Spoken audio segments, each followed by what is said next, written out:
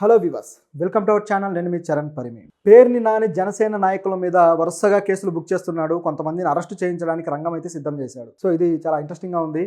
గత 2-3 రోజుల క్రితం పేర్ని నాని గుడివాడ వెళ్ళాడు. సో ఈ గుడివాడ వెళ్ళినప్పుడు ఆయన మీద కొంతమంది వ్యక్తులు అయితే అటాక్ చేశారు. అయితే ఈ అటాక్ ఏంటి, దీని వెనక ఏం జరిగింది, జనసేనకు ఏంటి పాత్ర అంటే, జనసేనకు సంబంధించిన కార్యకర్తలు అలాగే వాళ్ళ నాయకుల ప్రభావంతో గుడివాడలో పేర్ని నాని కారును అడ్డగించి పవన్ కళ్యాణ్ మీద గతంలో దూషించిన వాటికి క్షమాపణలు చెప్పమని అడిగారు. దానికి పేర్ని నాని గారు క్షమాపణ చెప్పను అని చెప్పేసి ఆయన మాట గట్టిగా నిలబడ్డారనమాట. దాంతో వీళ్ళు ఆయన మీద ఏదో ఒక యాక్షన్ తీసుకోవాలని డిసైడ్ అయ్యారు. సో ఆయన చిన్నగా ఇక బయలుదేరి రావాలి అని చెప్పేసి అనుకున్నాడు. ఎందుకంటే ఆయన తను అనుకున్న ప్రోగ్రామ్కి అయితే వెళ్ళే పరిస్థితిలో లేదు. ఎందుకంటే ఫ్యాన్స్ మొత్తం బ్లాక్ చేసి పడేశారు. ఇక దాంతో ఆయన ఏం చేయాలి అర్థం కాని పరిస్థితుల్లో తిరిగి వెళ్ళాలనుకునే టైంలో వాళ్ళు దాడి అయితే చేసి ఆ కారును ధ్వంసం చేయడం కావచ్చు, అద్దాలు పగలగొట్టడం, ఇట్లా రకరకాలుగా జరిగింది. సో మొత్తానికి అక్కడ నుంచి ఆయన తప్పించుకోగలిగారు. అది పెద్ద దుమారం రేగి మీడియాలో కూడా పేర్ని నాని మీద దాడి అని చెప్పేసి పెద్ద ఇష్యూ అయితే అయింది. సో దాని తర్వాత ఇప్పుడు 2 రోజులు అయిపోయింది. సో తర్వాత ఇప్పుడు ఆయన బయటకు వచ్చి గుడివాడ నుంచి తిరిగి మచిలీపట్నం వచ్చేసాడు. వచ్చి ఇక్కడ 0 FIR కింద స్టేషన్లో కేసు అయితే నమోదు చేయించాడు. 0 FIR ఎందుకయ్యా అంటే, నిజానికైతే ఎక్కడ సంఘటన జరిగిందో అక్కడ చేస్తే అది నార్మల్ FIR కింద నమోదు అవుతుంది. అలా కాకుండా వేరే ఇంకేదైనా తాలూకా స్టేషన్లో చేస్తే అది మాత్రం 0 FIRగా కేసు తీసుకోవాల్సి ఉంటుందన్నమాట. సో ఇది ఒక చట్టం. సో దాని ప్రకారం కేసు అయితే తీసుకున్నారు. ఇప్పుడు దీన్ని గుడివాడకు బదిలీ చేస్తారు. అయితే దీనికి సంబంధించి అది కూడా తన డ్రైవర్తో కేసు పెట్టించాడు. కారుని ధ్వంసం చేశారు, మా మీద దాడి చేశారు అన్నట్టుగా. ఇప్పుడు జనసేన నాయకులు ఎవరైతే ఉన్నారో గుడివాడకు సంబంధించి వాళ్ళనైతే పోలీసులు లిస్ట్ అవుట్ చేసుకొని వాళ్ళ మీద యాక్షన్ తీసుకోవడానికి అయితే సిద్ధమవుతున్నారట. ఇది ఇప్పుడున్న వార్త. అయితే దీంట్లో పేర్ని నాని గారు కేసు పెట్టడం ఓకే, కానీ ఆయన మీద కూడా కొన్ని క్వశ్చన్స్ అయితే ఉన్నాయి. ఏంటంటే, గతంలో పవన్ కళ్యాణ్ గారిని ఇష్టానుసారం దూషించారు. అలాగే ఆ జనసేన కార్యకర్తలు కావచ్చు, వీళ్ళ మీద ఇష్టానుసారం ప్రవర్తించిన దాఖలాలు అయితే ఉన్నాయి. పవన్ కళ్యాణ్ సినిమాల విషయంలో ముఖ్యంగా అత్యంత ఉత్సాహంగా పాల్గొని మాట్లాడింది ఈయనే. పవన్ కళ్యాణ్ని ఆయన వ్యక్తిగత విషయాల మీద కావచ్చు, ఆయన సినిమాల విషయంలో కావచ్చు, ఆయన సినిమాలు రేట్లు తగ్గించినందుకు ఇది ఒక ప్రజాసేవ అని చెప్పేసి తీర్మానం చేసింది కూడా పేర్ని నాని గారే. ఆయన భీమ్లా నాయక్ సినిమాకి టికెట్ కేవలం 10 రూపాయలు పెట్టేసి ఇది ప్రజలకు చేయాల్సిన సేవ, ప్రభుత్వం పట్టించుకుంటుంది, ఇట్లా అధిక ధరలు మేము ఒప్పుకోమని చెప్పేసి ఈయనే మాట్లాడాడు. సో ఆ విధంగా కొంత నష్టం చేకూర్చడానికి ఆ ప్రభుత్వంలో ఈయనది కూడా చాలా కీలక పాత్ర అయితే ఉంది. సో ఆ విధంగా పవన్ కళ్యాణ్కి వ్యక్తిగతంగా ఇమేజ్ డ్యామేజ్ చేయడము, అలాగే ఆయనకు ఫైనాన్షియల్గా ఆర్థికంగా దెబ్బ కొట్టాలని ట్రై చేయడము, ఇలాంటి రకరకాలు చేసుకుంటూ వచ్చారు. దీంతోపాటు జనసేన నాయకుల మీద కూడా గతంలో కొన్ని కేసులు కూడా పెట్టించారు. సో ఇట్లా రకరకాలుగా ఆయన చేసినవి అయితే ఉన్నాయి. ఇవన్నీ ఇప్పుడు వీళ్ళు ప్రభుత్వం మారేసరికి వీళ్ళకి రివర్స్ కొడుతూ ఉండేసరికి తట్టుకోలేకపోతున్నారు అనమాట. ఇది ఇక్కడ జరుగుతున్న సంఘటన.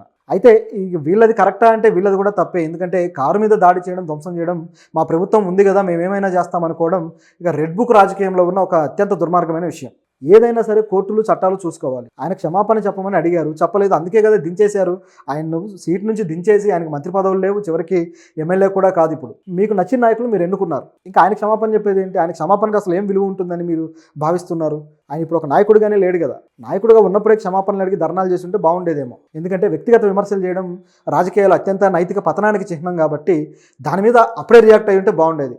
అప్పుడేమో కామ్గా ఉండి భయపడిపోయి ఇప్పుడు మాత్రం మేము ఇక పెద్ద పుడింగులం అన్నట్టు ముందుకు వచ్చి ఇట్లా దాడులు చేయడం అనేది చట్టాన్ని చేతిలోకి తీసుకోవడం. నిజానికి వీళ్ళ మీద కూడా యాక్షన్ తీసుకోవాలి.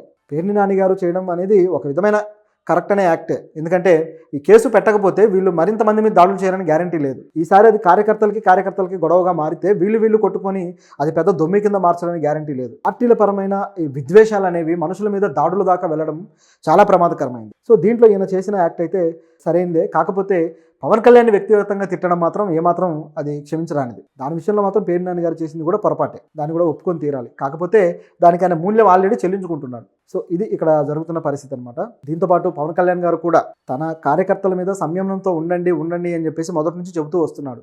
కానీ వీళ్ళు మాత్రం సంయమనంతో ఉండే పరిస్థితిలో లేకుండా పోతున్నారు. ఇది కాస్త బాధాకరం. ఇప్పుడు మొన్న కూడా ఈ Gabbar Singh cinema re release అయితే కొన్ని థియేటర్లు మొత్తం సీట్లు చించేసి, సీట్లు కింద పడేసి గందరగోళం చేసి పెట్టారు. ఆ థియేటర్ అనేది ఇక ప్రేక్షకులు ఆస్తే కదా. ఆ థియేటర్కి ఇప్పుడు అది బాగుంటేనే సినిమా చూడగలుగుతారు, ఆ థియేటర్ ప్రజలు రాగలుగుతారు, సినిమాలు ఆడతాయి. వాటిని నాశనం చేస్తే మళ్ళీ మీ హీరో సినిమా అందులో వేస్తారా? వేయరు. వేయాలంటే కూడా భయపడే పరిస్థితి థియేటర్ల యాజమాన్యాలకు కూడా వచ్చాయి. ఫ్యాన్స్ అనేవాళ్ళు సంయమనంతో ఉండాలి, ఆ హీరో గౌరవాన్ని పెంచాలి.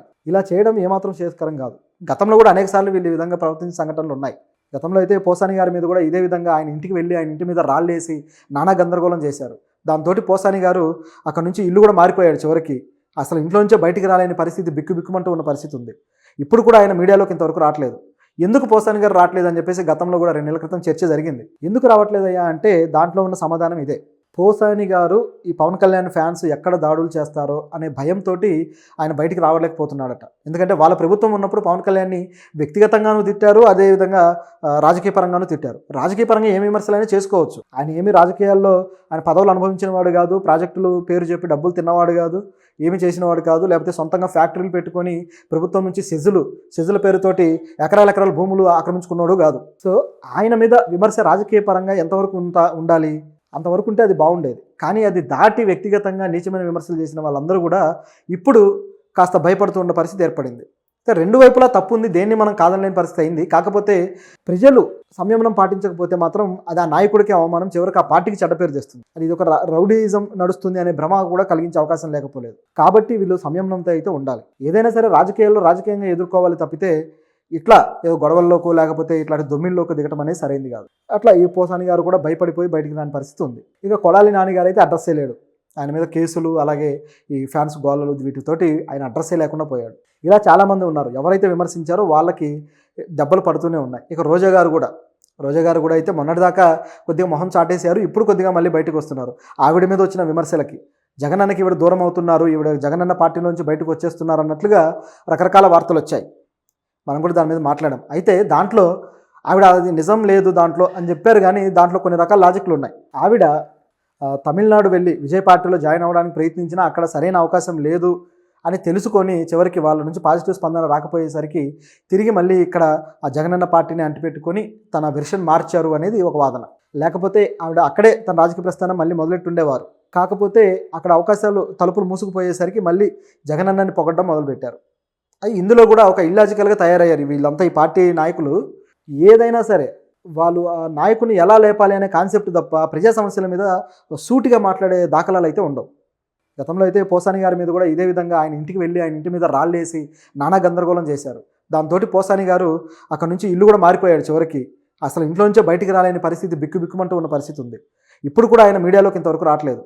ఎందుకు పోసాని గారు రావట్లేదు అని చెప్పేసి గతంలో కూడా 2 నెలల క్రితం చర్చ జరిగింది. ఇవన్నీ ఇప్పుడు వీళ్ళు ప్రభుత్వం మారేసరికి వీళ్ళకి రివర్స్ కొడుతూ ఉండేసరికి తట్టుకోలేకపోతున్నారు అనమాట. ఇది ఇక్కడ జరుగుతున్న సంఘటన. ఆయన భీమ్లా నాయక్ సినిమాకి టికెట్ కేవలం 10 రూపాయలు పెట్టేసి ఇది ప్రజలకు చేయాల్సిన సేవ, ప్రభుత్వం పట్టించుకుంటుంది, ఇట్లా అధిక ధరలు మేము ఒప్పుకోమని చెప్పేసి ఈయనే మాట్లాడాడు.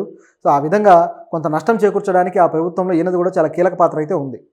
సో ఆ విధంగా పవన్ కళ్యాణ్కి వ్యక్తిగతంగా ఇమేజ్ డ్యామేజ్ చేయడము, అలాగే ఆయనకు ఫైనాన్షియల్గా ఆర్థికంగా దెబ్బ కొట్టాలని ట్రై చేయడము, ఇలాంటి రకరకాలు చేసుకుంటూ వచ్చారు. అది ఆ కాలేజీలో గుడ్లవల్లేరు కాలేజీలో కెమెరాలు పెట్టారంటే దానికి సంబంధించి మాట్లాడడం మానేసి జగనన్న లేడు కదా అందుకని మీ కళ్ళు నెత్తికెక్కాయి, ఇలాంటివన్నీ జరుగుతున్నాయట. ఇక్కడ కూడా జగనన్న ఉండుంటే బాగుండేదని జగనన్న ఇమేజ్ కోసం తాపత్రయపడ్డం తప్పితే జరిగిన నష్టానికి వాళ్ళకు న్యాయం చేయండి అని రోడ్డు మీదకి వచ్చి పోరాడదామని లేదు. సో ఈ తరహాలో ఉన్నాయన్నమాట ఈ నాయకుల మాటలు. ఇది ప్రస్తుతం జరుగుతున్న పరిస్థితి. సో ఇప్పుడు పేర్ని నాని గారు కేసుకు సంబంధించి మరి పోలీసులు ఏం యాక్షన్ తీసుకుంటారు, ఎంతమందిని అరెస్ట్ చేస్తారో చూడాలి. అయితే ఇది పెద్దగా సాగే కేసులాగా కూడా కనపడట్లేదు. ఎందుకంటే ప్రభుత్వం కనుసన్నల్లో పోలీసు వ్యవస్థ ఇప్పుడు ఉంది. ఎందుకంటే గత ప్రభుత్వానికి అనుకూలంగా ఉన్న పోలీసులందరినీ ఇప్పుడు కాస్త ఇబ్బంది పెడుతూ వస్తున్నారు కాబట్టి ఇప్పుడు పోలీసులు కిక్కురుమనే పరిస్థితి కూడా ఆ వ్యవస్థకు లేకుండా పోయింది.